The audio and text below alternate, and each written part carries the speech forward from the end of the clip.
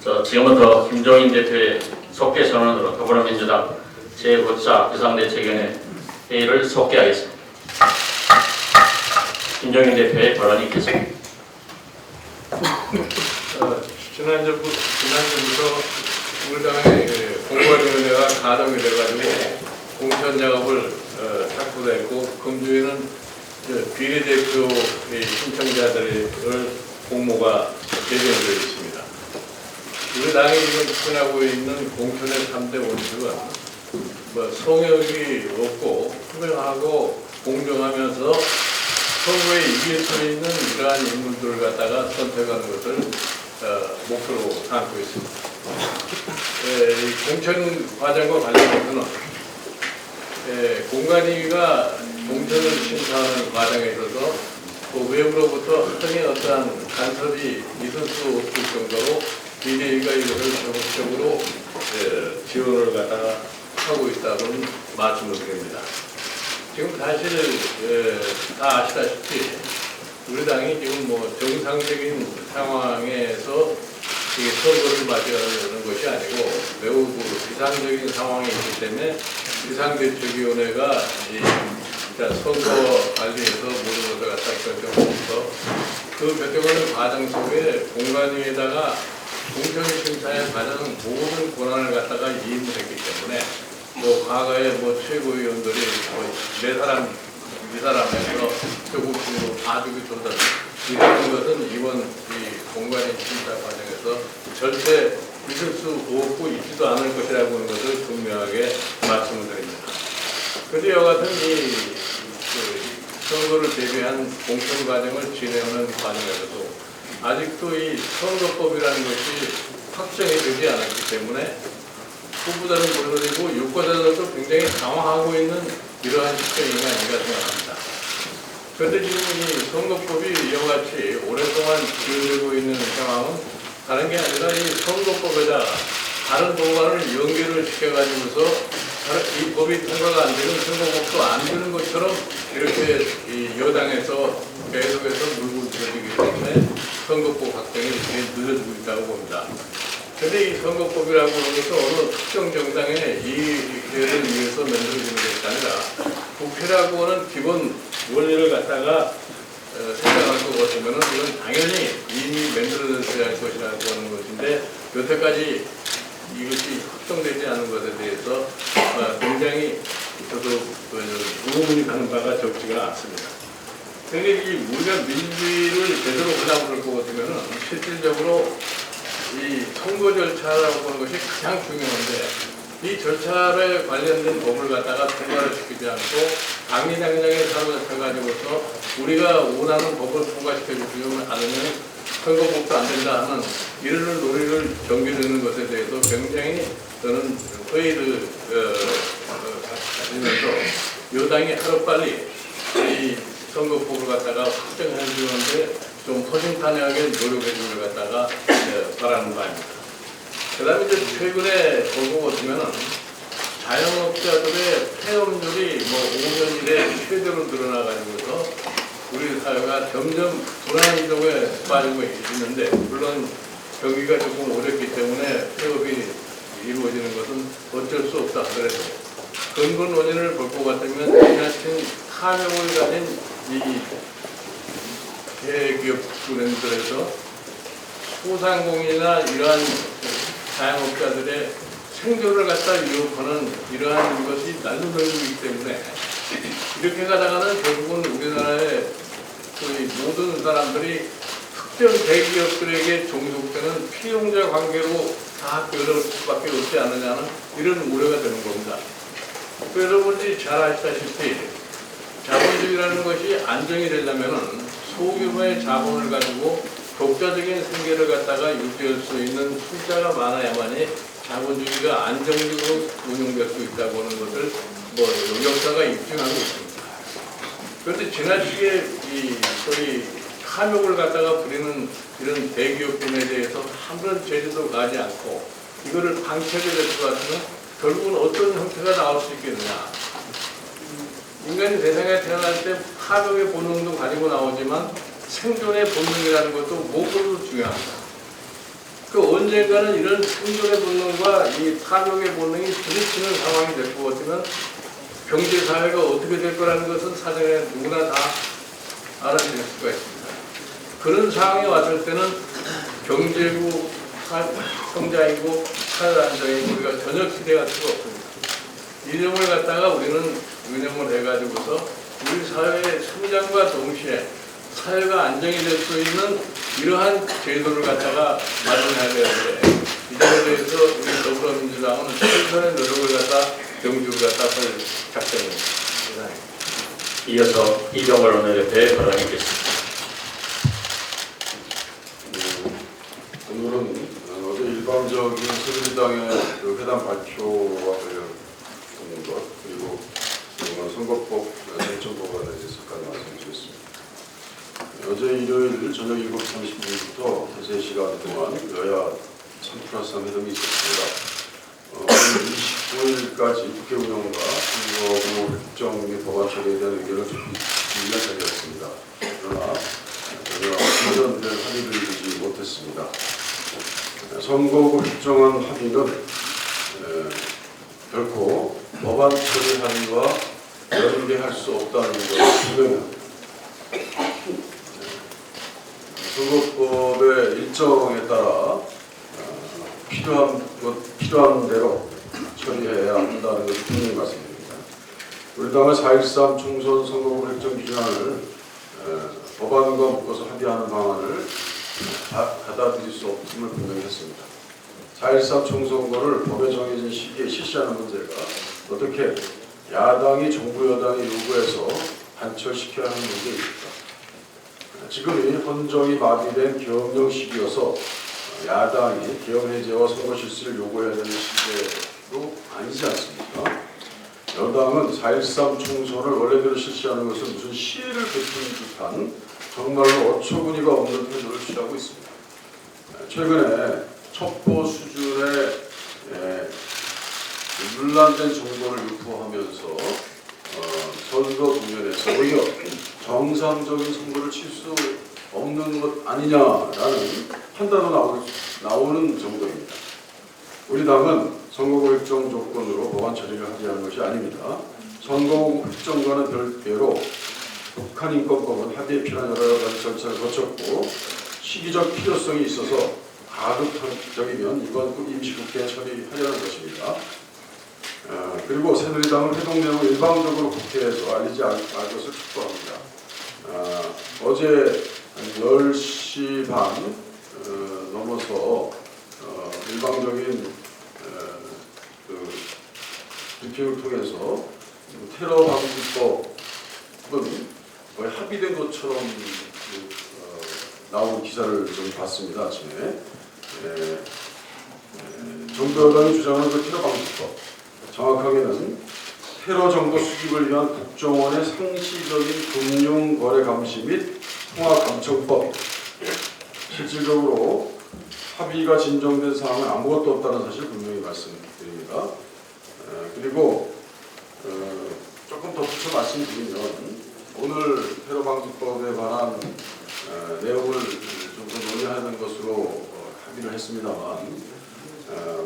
새누리당은 기타 다른 나라, 미국, 영국, 독일, 먼저 정보 기술을 운영했던 나라들의 테러에 관한 것들은 이 국제적인 테러에 관한 룰이 있어서 마치 국정원이라고 하는 대테러 중심기관이 하나 있어야만 서로 테러에 관한 정보 수집과 소통을 할 수 있다고 주장합니다만 제가 그동안 국회 입법조사처라든지 다른 전문기관으로부터 수집한 여러 자료들은 오히려 그 정반대입니다. 영국의 경우에 M15라고 하는 정보기관, 중심기관은 오히려 이것은 민간이 정보기구라고 얘기하고 있습니다. 그리고 독일의 경우는 각 정보기관의 협력관계가 굉장히 중요한 과제로 되어 있습니다. 우리 야당의 아닌 국민안전처에게 새로운 정보 기능이 추가된 정부 조직법적인 결단이 이루어진다면 물론 국민안전처의 새로운 권한이 창설돼서 그것이 제2의 국정원이 되는 것이 아니냐라고 하는 염려도 있긴 있습니다만, 그러나 모든 정부 대테러 정보 수집 기능인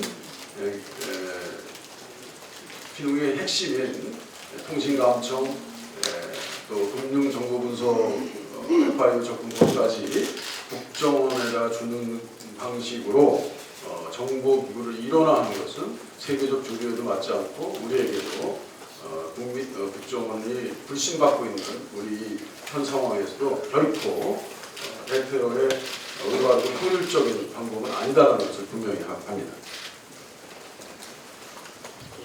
이어서 박영선 비대위원의 발언이겠습니다.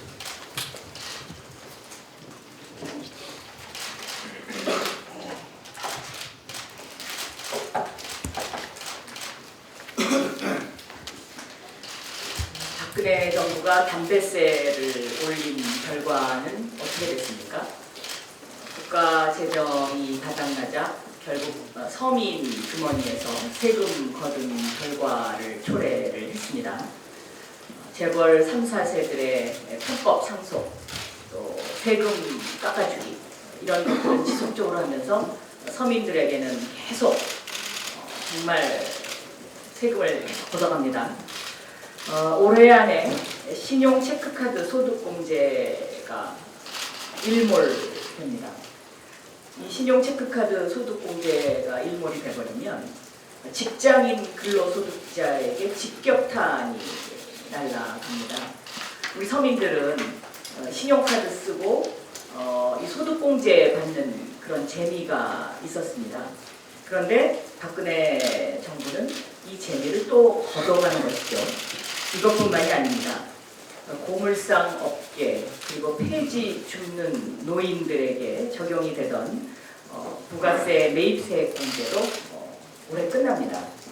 그러면 200만 명이 큰 타격을 받습니다. 우리가 왜 이렇게 서민들에게만 세금을 걷어야 됩니까? 재벌, 대기업, 2세, 3세, 4세들 세금 제대로 냅니까? 그렇지 않습니다. 이런 대한민국을 원하십니까? 저는 그렇지 않다고 생각합니다. 그래서 4.13 총선에서 더불어민주당에게 견제의 힘이 필요하다고 생각하고, 더불어민주당은 이러한 직장인들을 위해서, 그리고 폐지 줍는 노인과 같은 서민들을 위해서 존재한다고 생각합니다. 세상의 모든 지식이라고 일컬어지는 움베르토 에코가 세상을 떠났습니다. 최고의 기호학자이고 또 중세의 전문가입니다. 그런데 이분은 소설 장미의 이름으로 소설가로 굉장히 우리에게 더 친숙하게 알려져 있죠. 생전에 기자가 왜 학자가 소설을 쓰시냐라고 질문을 한 적이 있습니다. 그랬더니 이분이 뭐라고 대답을 했냐면, 이론적으로 불가능한 막다른 길에 이르면 소설로 이것을 돌파할 수밖에 없지 않냐. 결국은 불가능하고 막다른 골목길에 이르게 되면 상상력으로밖에 돌파할 수 없다. 저는 이렇게 이해를 했습니다. 지금 박근혜 정권 3년 동안에 이루어진 경제 실책과 민주주의의 후퇴, 결국 막다른 골목에 와 있다고 생각합니다. 이제 우리가 이것을 돌파하려면 우리 더 행복하게 살 수 있다, 잘 살 수 있다, 우리 할 수 있다 라는 희망의 상상력을 가질 수밖에 없다고 생각합니다. 그 상상력에 방점을 찍는 날이 4.13 총선이어야 되지 않을까, 저는 그렇게 생각합니다. 더불어민주당이 대한민국의 희망을 만들고 서민들에게 희망을 만드는 그러한 정당으로 거듭날 수 있도록 응원해 주셨으면 좋겠습니다. 오늘 정월 대보름입니다. 정월 대보름날은 이렇게 호두, 땅콩과 같은 부럼을 깨면서 악 악기를 쫓고 세상의 모든 선한 기운을 만드는 그런 날이기도 합니다. 하나씩 드세요.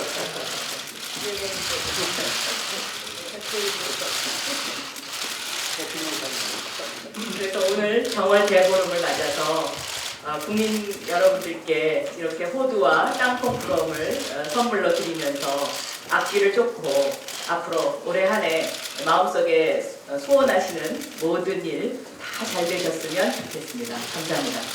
이어서 우영건 비대위원의 발언이 있겠습니다. 네, 앞서서 두 대표님께서 선거구 획정과 관련한 말씀이 계셨습니다만 너무나 중요하기 때문에 짧게 다시 언급하겠습니다. 2014년 10월 30일 날 헌법재판소에서 선거구 획정 인구 편차 2대1로 결정하라고 했습니다. 그로부터 480여일이 지났습니다. 이제 선거가 50여일밖에 남아있지 않습니다. 이것은 헌법에서 정한 국민들 선거에 관한 여러 가지 기본권을 직간접적으로 침해하는 중대한 사태라고 할 것입니다. 또 이런 유례가 없었습니다. 이 책임이 누구에게 있는 걸까요? 야당의 주장이 아니라 오늘 아침에 유력 일간지에 나온 기사를 인용해 보겠습니다.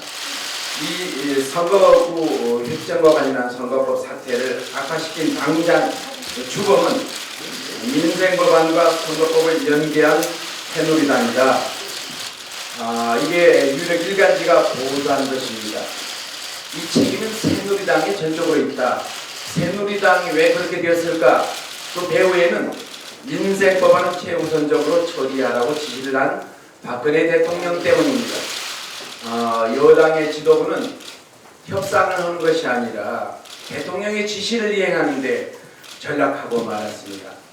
여당 지도부가 야당을 국민을 설득할 것이 아니라 지금 제일 시급한 것은 박근혜 대통령을 설득해서 선거구 획정이 얼마나 중요한 일인가, 이 문제를 청와대를 설득하는 일이 가장 중요한 여당 지도부의 몫이라고 할 것입니다. 이상입니다. 이어서 변재일 비대위원의 발언이 있겠습니다.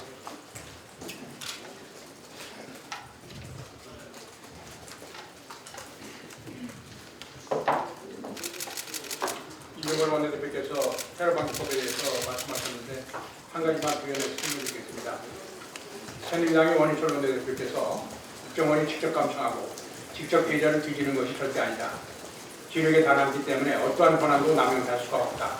이렇게 주장하셨는데 이것은 너무나 사실과 다른 문제이기 때문에 다르다고 합니다. 전에도 국가정보원은 통신기밀보호법에 따라서 통신감청, 유선전화, 인터넷에 대해서는 언제든지 직접 감청할 수 있도록 되어 있습니다. 심지어 어떤 감청에 대한 기록도 남기지 않을 수 있는 관계가 되어 있습니다. 통신기밀보호법 제7조는 국가 안보를 위한 감청의 경우 외국인이나 통치권이 미치지 않는 한반도 내의 단체나 구성원은 법원의 허가가 아닌 대통령의 서면 승인만으로 가능하도록 규정하고 있습니다.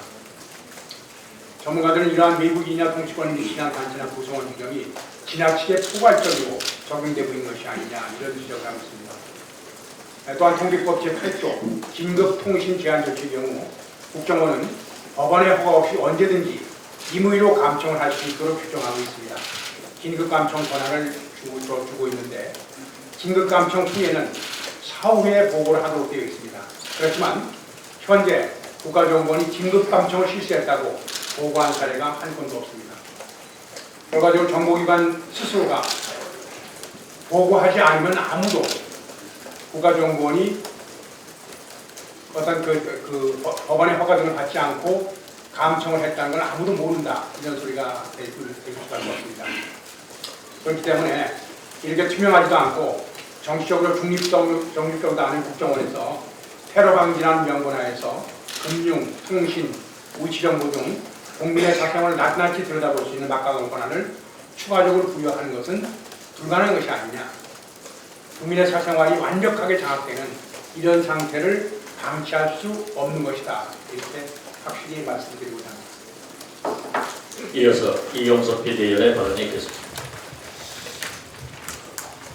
우리 사회에서 복지 정책만큼 오해가 많고 잘못 이해되고 있는 정책도 없을 것입니다. 아직도 일부 언론이나 전문가들을 보면 과도한 복지 지출 때문에 재정 적자가 늘어나고 국가 부채가 급속하게 증가하고 있다고 생각하는 분들이 계십니다. 복지는 낭비성 지출이고 성장과 경기 진작을 저해한다고 생각하시는 분들도 계십니다. 복지는 일자리나 내수 확충과는 별개의 문제다. 이렇게 보는 분들도 계십니다.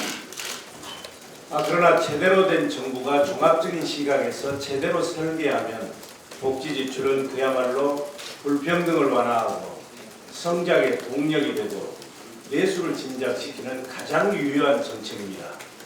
오늘 오후 2시에 이 자리에서 박근혜 정부가 심화시킨 불평등 문제, 저성장 문제, 일자리 부족 문제를 해결하고 사회 통합을 이룰 수 있는 복지 모델을 제시하겠습니다. 많이 관심 갖고 참석해 주시기 부탁드립니다. 이어서 표창원 비대위원의 발언이 있겠습니다. 네, 지금 새누리당이 주장하고 있는 테러 방지법은 실질적으로는 국정원의 권한 강화와 국민에 대한 국정원의 금융 및 통신거래 정보에 대한 무제한적인 접근을 허용하는 악법입니다. 실제로 국정원을 제외한 어떠한 국가 치안 기구도 이 법에 찬성하지 않습니다. 지난번 인천공항 경비 실패 사례에서 볼 수 있듯이 사실상 테러 위협을 막을 수 있는 가장 중요한 부분은 현장 일선입니다. 그런데 지금 공항, 항만, 방송사 등 국가 중요시설, 특히 원자력 발전소를 포함한 국가 중요시설의 보안 및 경비를 담당하는 특수 경비원은 대부분이 비정규직입니다. 임금이 낮고 신분이 불안정해서 업무의 전문성이 떨어지고 집중하지 못합니다. 그리고 가장 일선에서 테러 방지 업무에 집중해야 할 경찰관들은 현재 성과주의에 내쫓기고 있습니다. 가볍고 적발 가능한 국민들의 가벼운 법 위반 사항들을 많이 적발해서 성과를 올려야만 자신들의 승진과 보직 확보에 유리한 상황으로 내몰리고 있습니다. 테러를 진정으로 방지하고 싶다면 국정원의 권력 강화를 위해서 전력을 기울이지 말고 현장 일선의 어려움을 들어보시고 어떤 것이든 테러의 위험에 뚫릴 수 있는 그런 누수를 방지하는 실질적인 노력에 기울여 주시기를 부탁드립니다.